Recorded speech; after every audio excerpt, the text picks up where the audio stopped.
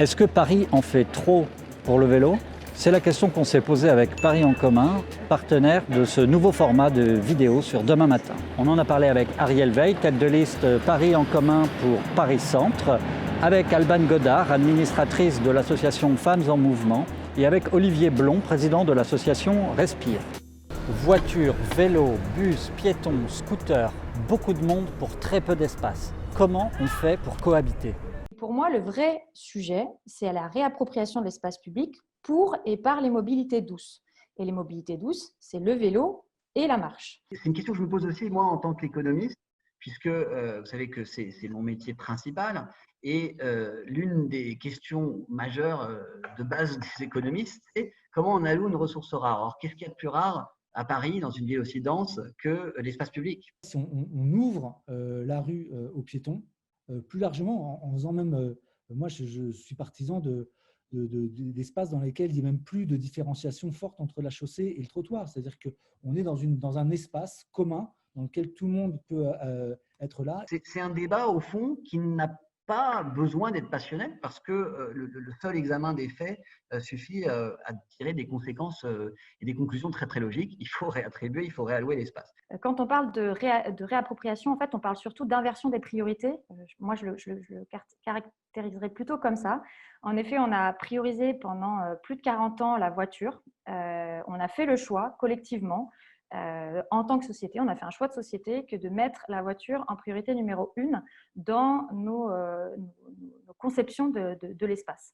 Au premier chef, on est dans un laboratoire. Toutes les expérimentations se font, enfin beaucoup d'expérimentations se font à partir de l'hypercentre parisien qui est ici, comme ce réseau croisé des express vélos. Et donc, c'est logique qu'on commence par ici. Et c'est pourquoi le projet qu'on porte avec Paris en commun est de commencer par piétonniser le centre de Paris. Que les piétons se réapproprient l'espace, bien sûr, que les vélos se réapproprient l'espace, que les citoyens se réapproprient l'espace. Pour moi, ça passe aussi par le fait que les gens expriment ce qu'ils ont envie que cet espace devienne. Alors les vélos, c'est bien beau, mais et les piétons dans tout ça? On a récemment, vous l'évoquiez au tout début, soutenu le projet de piétonisation des berges. C'était un petit peu un combat sur lequel on a marché main dans la main avec la mairie. On en est très fiers parce que c'était très important, très symbolique et parce que ça a transformé complètement le paysage politique sur la question de la qualité de l'air. Le projet qu'on porte avec Paris en commun est de commencer par piétoniser le centre de Paris. Piétoniser, c'est quoi? C'est évidemment faire plus de place aux piétons. C'est prendre d'abord les piétons en considération et puis toutes les mobilités actives d'une manière générale. Si déjà on arrive à concevoir des espaces publics qui soient bien pour eux, il y a de grandes chances qu'on ait conçu des espaces publics qui soient bien pour tous les autres piétons et probablement aussi plutôt bien pour les cyclistes. Parce qu'à côté, il y aura l'apaisement de l'espace public, etc., etc. On ne parle pas assez aussi de la première réallocation de l'espace public qui a été au profit des piétons. Les trottoirs qui ont été doublés, les places qui ont été agrandies, les jardins aussi. Les jardins font partie, tous les jardins qui ont été créés, agrandis, restaurés. Et j'ai plein d'exemples, y compris dans le centre de Paris en tête. On peut parler de la place de la Bastille. La place de la Bastille, elle est emblématique de cette réallocation de l'espace. Il y a une petite réduction sur les voitures. Il y a des très très belles pistes cyclables il y a une piste cyclable circulaire qui connecte tous les autres pistes cyclables. Mais il y a surtout 50% de trottoirs en plus. Je m'inscris complètement dans cette réflexion autour de la piétonisation. Il y a certaines rues dans ce territoire particulier qui, en effet, sont très petites, datent d'une période très ancienne de Paris dans laquelle la voiture n'existait pas. Donc, la réflexion même d'avoir de la place pour la voiture n'existait pas. Par contre, la réflexion pour l'espace piéton, elle existait déjà. Et donc, peut-être, ça vaudrait le coup de revenir. Parfois, ça fait du bien de revenir un peu en arrière. Et peut-être, dans ce territoire-là, ça serait particulièrement intéressant. Comment est-ce que des grands espaces qui avaient été totalement laissés à la voiture, par exemple, vous regardez des vieilles photos de la place de la République, mais aussi de la place de Bastille, de la Bastille, c'était des espaces qui étaient totalement dédiés à la voiture et sur lesquels les piétons commencent à se réapproprier l'espace, et pas que pour du passage, et ça je trouve que c'est très intéressant, mais aussi pour des zones d'arrêt, pour jouer, pour venir faire du skate, pour faire des cours de danse le soir, pour beaucoup d'usages très variés. Et du coup, je pense que c'est ça qu'il faut aussi garder en tête, c'est les places, ça doit être évidemment des zones de de mouvement, mais aussi des zones d'arrêt où on peut se rencontrer parce que c'est des nœuds de métro, etc., etc. On dit parfois que le développement du vélo se fait au détriment des piétons. C'est ce qu'on appelle les conflits d'usage. Est-ce que c'est vrai? Moi, je ne suis pas d'accord pour opposer vélo et piéton. Il y a clairement des comportements inacceptables qui créent des tensions entre ces deux groupes. Ça, je ne le nie pas du tout. Comme il y a plein de situations de cohabitation qui se passent très, très bien, je pense qu'on peut en voir encore tous les jours, y compris avec cette augmentation massive du nombre de vélos à Paris. Mais je trouve que se concentrer sur les tensions éventuelles de ces deux groupes, enfin, en faisant ça, en se concentrant sur les tensions éventuelles de ces deux groupes, on détourne le regard du vrai sujet. On est en train de rentrer tout à fait dans une stratégie de diversion. Mais qui dit multi-usage dit conflit potentiel d'usage. Donc, plus on rend d'espace public aux usagers, plus il y a de conflits, de concurrence sur cet espace public pour le privatiser, pour se garer à moto ou même à vélo, pour passer en trottinette, pour s'y installer, faire de la musique, pique-niquer, dormir. Et ça, ce paradoxe, il est celui qu'on a, nous, comme élus. C'est-à-dire qu'en fait, plus on libère d'espace public ou plus on en crée, plus il faut le défendre. Et donc, pour le défendre, il y a évidemment de l'éducation, il y a de la signalétique.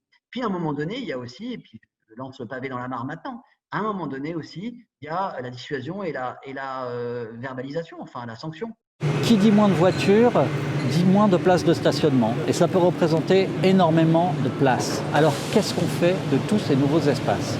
De mon point de vue, la question du stationnement, elle se pose de la même manière que la question de la circulation. C'est-à-dire que autant, et ça Alban l'a dit et l'a redit, et on est évidemment complètement d'accord, autant aujourd'hui il y a un enjeu de reconquête de l'espace public pour les voies, pour qu'elles soient plus réservées à la voiture, mais qu'elles puissent être utilisées notamment pour les vélos ou les mobilités actives. Mais il y a la même question sur le stationnement. Il faut reconquérir de la place qui est aujourd'hui utilisée par des véhicules en stationnement pour faire soit du trottoir, soit des parkings à vélo, ou en tout cas des espaces où on peut se garer. C'est vraiment la même problématique. C'est pas facile, mais c'est un enjeu majeur. Sur Lisbonne, qui est une ville quand même pas immense, ils avaient calculé que ça permettait de libérer 200 hectares d'espace au sol dans la ville. Et ces 200 hectares, évidemment, on pouvait en faire plein de choses. On pouvait en faire des rigolotes, on pouvait en faire des parcs et jardins, on pouvait éventuellement s'en servir pour faire peut-être construire des bâtiments culturels ou que sais-je. Mais en tout cas, ça montre l'emprise énorme de la voiture au quotidien. Et pour moi, c'est vraiment super important. Alors, on développe le vélo à Paris, c'est bien beau, mais mon vélo, je le gare où? Je suis très partisane de cette idée de quand on cherche, on trouve. Et ce n'est pas un sujet, on n'est pas en train d'inventer la prochaine fusée qui doit aller sur Mars. On est en train de se poser la question de comment ranger quelques vélos. Aujourd'hui, il y a un enjeu de reconquête de l'espace public pour les voies, pour qu'elles soient plus réservées à la voiture, mais qu'elles puissent être utilisées notamment pour les vélos ou les mobilités actives. Mais il y a la même question sur le stationnement. Il faut reconquérir de la place qui est aujourd'hui utilisée par des véhicules en stationnement pour faire soit du trottoir, soit des parkings à vélo, ou en tout cas des espaces où on peut se garer. C'est vraiment la même problématique. C'est pas facile, mais c'est un enjeu majeur. Beaucoup d'études qu'on sort, le sujet de pouvoir entreposer son vélo en sécurité, ce n'est pas juste entreposer son vélo, c'est entreposer son vélo en sécurité. C'est souvent un frein majeur à la pratique du vélo. Souvent, quand vous allez interroger les gens qui vont vous dire « Ah ouais, moi le vélo, j'aimerais bien m'y mettre », les premiers trucs qui vont sortir sur pourquoi tu t'y mets pas, ça va être « J'ai peur ». Et j'ai peur pour ma sécurité, voilà, je ne me sens pas à l'aise, c'est trop dangereux. Et j'ai peur de me faire voler mon vélo. Et la peur de se faire voler son vélo, c'est évidemment quand je le laisse comme ça, quand je vais faire mes courses. Alors ça, c'est très très rare, si on l'a correctement attaché. J'ai peur si je le laisse dehors pendant que je travaille. Donc il y a un enjeu majeur de travail à faire avec les employeurs. notamment les grandes entreprises, pour s'assurer qu'il y a des places suffisantes, des parkings à vélo suffisants, sécurisés au sein de toutes les entreprises. Et on pourrait commencer avec les grosses entreprises. Pourquoi pas dédier un tiers du parking voiture à la mise en place d'un parking vélo sécurisé. Ça ne paraît pas dément comme action et comme chose à faire. On a testé les premières vélobox municipales, si je puis dire, parce qu'il y en a depuis longtemps dans les grandes gares et à la gare de l'Est, par exemple, ou dans d'autres endroits. Je pense qu'il faut les multiplier aussi. C'est très important d'avoir des abris sécurisés aussi à des points nodaux, à des moments qui sont des endroits qui sont des ruptures de modalités, par exemple aux grandes gares, aux portes, etc. Parce que ça permet aux gens, comme vous citez Amsterdam, la Hollande, je suis très frappé, il y a des immenses garages à vélo. Il y a un espoir, c'est la disponibilité des sous-sols parisiens. Et on voit bien, avec la diminution du nombre de voitures, en fait, on est en train de récupérer plein de capacités dans ces parkings. Donc, évidemment, qu'il va falloir aussi investir ces parkings pour créer des abris sécurisés. C'est une grande piste. Une des raisons pour lesquelles le vélo est si soutenu à Paris et dans les grandes villes en général, c'est que c'est une excellente arme contre la pollution de l'air. Une pollution de l'air qui touche en particulier les enfants.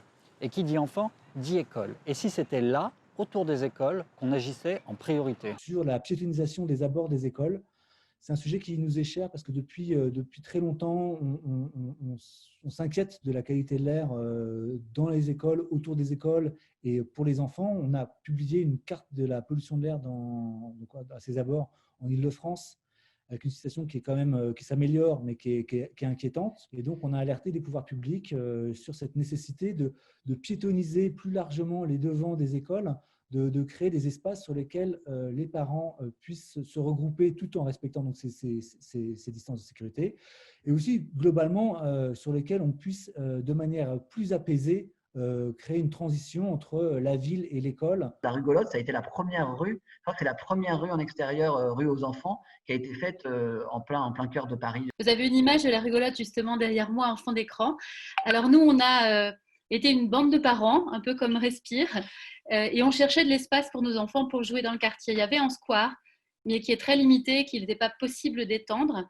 Alors on a fait un budget participatif autour du thème « La rue est à nous », rendre la rue aux enfants.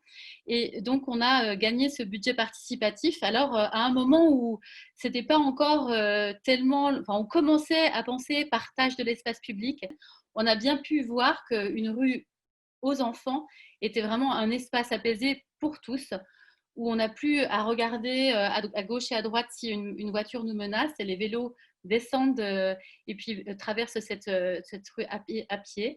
Les deux roues motorisées ne passent plus, et c'est beaucoup de joie, beaucoup de rencontres dans le quartier.